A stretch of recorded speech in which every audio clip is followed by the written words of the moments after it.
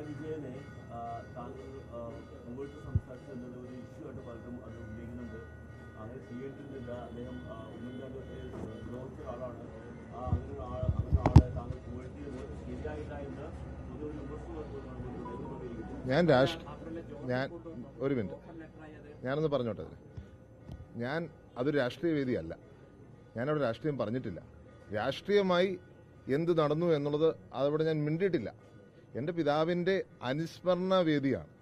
എൻ്റെ പിതാവിനെ ഓർക്കുന്ന സമയത്ത് അദ്ദേഹം ഉണ്ടായിരുന്ന സമയത്ത് നടന്ന കാര്യങ്ങൾ എന്താണെന്ന് മാത്രമേ ഞാൻ പറഞ്ഞിട്ടുള്ളൂ. അതിനകത്ത് രാഷ്ട്രീയമായി ശരിയോ തെറ്റോ എന്ന് ഞാൻ പറഞ്ഞിട്ടുണ്ടോ? ശരിയെന്ന് ഞാൻ പറഞ്ഞിട്ടുണ്ടോ? ഒരു രാഷ്ട്രീയക്കാരൻ്റെ ജീവിതത്തിൽ ഉണ്ടായ ഒരു സംഭവം ഞാൻ സൂചിപ്പിച്ചു. അതിനെ വേറൊരു തരത്തിൽ എങ്ങനെ വളർത്തിയെടുക്കുന്നു? നമുക്കറിയാം, അടൽ ബിഹാരി വാജ്പേയി പറഞ്ഞിട്ടുണ്ട്, രാജീവ് ഗാന്ധി എങ്ങനെയാണ് അദ്ദേഹത്തെ വിദേശത്തേക്ക് അയച്ചിട്ടുള്ളത്. അതൊരു വ്യക്തിപരമായ കാര്യമല്ലേ? ഞാൻ വ്യക്തിപരമായ ഒരു കാര്യം മാത്രമാണ് സൂചിപ്പിച്ചത്. അതിനെ വേറൊരു തലത്തിലേക്ക് കൊണ്ടുവരുന്നതാണ് എൻ്റെ അഭ്യർത്ഥന. കാരണം എൻ്റെ പിതാവിൻ്റെ ഓർമ്മ നടക്കുന്ന ദിവസമാണ്. ഈ ഒരു ദിവസം ഒരു വർഷം മുമ്പ് എൻ്റെ അടുത്ത് വന്ന ഒരു ചോദ്യം ചോദിച്ചു. ഒരു സിനിമാ നടൻ എൻ്റെ പിതാവിനെ പറ്റി പറഞ്ഞ അഭിപ്രായം. ഞാനെപ്പോൾ എന്താണ് മറുപടി പറഞ്ഞത്? എനിക്കൊരു വിരോധവുമില്ല. ഇന്നും എനിക്ക് അതാണ് നിലപാട്. എൻ്റെ പിതാവ് എനിക്കൊരു വഴി കാണിച്ചു തന്നിട്ടുണ്ട്. എന്താണ്? ക്ഷമയുടെ പാത, സഹിഷ്ണുതയുടെ പാത.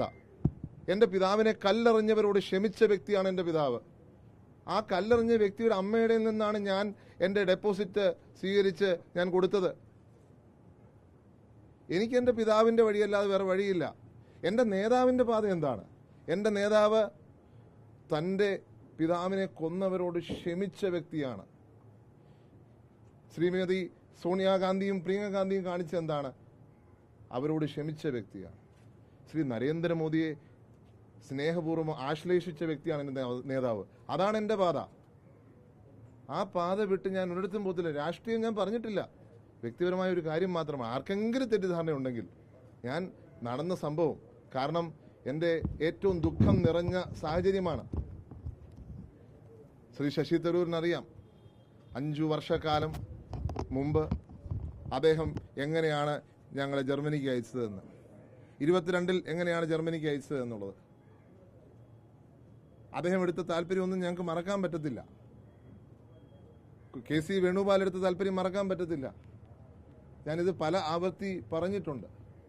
ഞാൻ രാഷ്ട്രീയമല്ല പറയുന്നത്. ദയവേത് ഇത് ക്ഷമിക്കണം. ആരെങ്കിലും തെറ്റിദ്ധരിച്ചിട്ടുണ്ടെങ്കിൽ ഞാൻ ക്ഷമയുടെ പാതയിൽ വിശ്വസിക്കുന്നു, സഹിഷ്ണുതയുടെ പാതയിൽ വിശ്വസിക്കുന്നു. അത് ഗാന്ധിയൻ പാതയാണ്, അത് രാഹുൽ ഗാന്ധിയുടെ പാതയാണ്, അത് ശ്രീമതി സോണിയാഗാന്ധിയുടെയും പ്രിയങ്ക ഗാന്ധിയുടെയും പാതയാണ്. ആ പാതയിലാണ് ഞാൻ പോകാൻ ആഗ്രഹിക്കുന്നത്. അത് വിട്ട് ഞാൻ രാഷ്ട്രീയം പറഞ്ഞിട്ടേ ഇല്ല. ഞാൻ പറഞ്ഞത് എന്താണ്? ഇങ്ങനൊരു സാഹചര്യം ഉണ്ടായപ്പോൾ മുഖ്യമന്ത്രി എന്ത് പറഞ്ഞു? ഒരു രാഷ്ട്രീയ മര്യാദ കാണിച്ചു. അതിലെങ്ങനെയാണ് എൻ്റെ അനുസ്മരണത്തിൽ പോലും, അനുസ്മരണത്തിനെങ്കിലും വെറുതെ വിടൂ, അനുസ്മരണത്തിനെങ്കിലും നിങ്ങൾ വെറുതെ വിടൂ. ഈ പറഞ്ഞൊരു വ്യക്തി നിങ്ങൾക്കറിയാം, സോളാർ സമയത്ത് എൻ്റെ പിതാവിനെ ആക്രമിച്ചു, എന്നെ ആക്രമിച്ചു, എൻ്റെ കല്യാണം വരെ മുടങ്ങിപ്പോയെന്ന് പറഞ്ഞു. എനിക്ക് പറയുന്നതിലൊന്നും മടിയില്ല. എൻ്റെ കല്യാണം വരെ മുടങ്ങിപ്പോയെന്ന് പറഞ്ഞു. ഞാനൊരു കേസ് പോലും കൊടുത്തിട്ടില്ല. അതും ക്ഷമയുടെ പാതയല്ലേ? അതും സഹിഷ്ണുതയുടെ പാതയല്ലേ? 22-ൽ പറഞ്ഞു ഞാൻ എൻ്റെ പിതാവിനെ കൊല്ലുവാൻ ശ്രമിച്ചു. ഞാൻ ഒന്നും മിണ്ടിയിട്ടില്ല. എൻ്റെ ക്ഷമയുടെ പാതയിലാണ് അങ്ങ് നിൽക്കുന്നതെന്ന് അങ്ങ് മറക്കരുത് എന്നാണ് ഈ അവസരത്തിൽ പറയാനുള്ളത്. ആ ക്ഷമയുടെ പാതയിൽ തന്നെ മുന്നോട്ട് പോകും. രാഷ്ട്രീയമായി അഭിപ്രായ വ്യത്യാസമുണ്ട്. ഞാൻ മുഖ്യമന്ത്രിക്കെതിരെ കറുത്ത് ഉടുത്ത് വഴിയിലിരുന്ന് മുഖ്യമന്ത്രിയെ കരിങ്കൊടി കാണിച്ച ആളാണ്. രാഷ്ട്രീയമായി എതിർപ്പ് തുടരും. രാഷ്ട്രീയമായ അഭിപ്രായ വ്യത്യാസമുണ്ട്. പക്ഷേ അതേസമയം റിക്കൺസിലിയേഷനുമുണ്ട്. നമ്മുടെ ഒരു സമൂഹം ഒന്നിച്ചു പോകണമെങ്കിൽ എല്ലാവരും വേണം. ആരെയും മാറ്റി നിർത്താൻ പറ്റത്തില്ല. ഡോക്ടർ തരൂരും എന്നിൽ നിന്ന് വ്യത്യസ്തമായ അഭിപ്രായം പറയുമെന്ന് ഞാൻ വിശ്വസിക്കുന്നില്ല. കാരണം അങ്ങും അങ്ങനെയൊക്കെ തന്നെയാണ് കാര്യങ്ങൾ മുന്നോട്ട് കൊണ്ടുപോകുന്നത് എന്ന് ഞാൻ വിശ്വസിക്കുകയാണ്.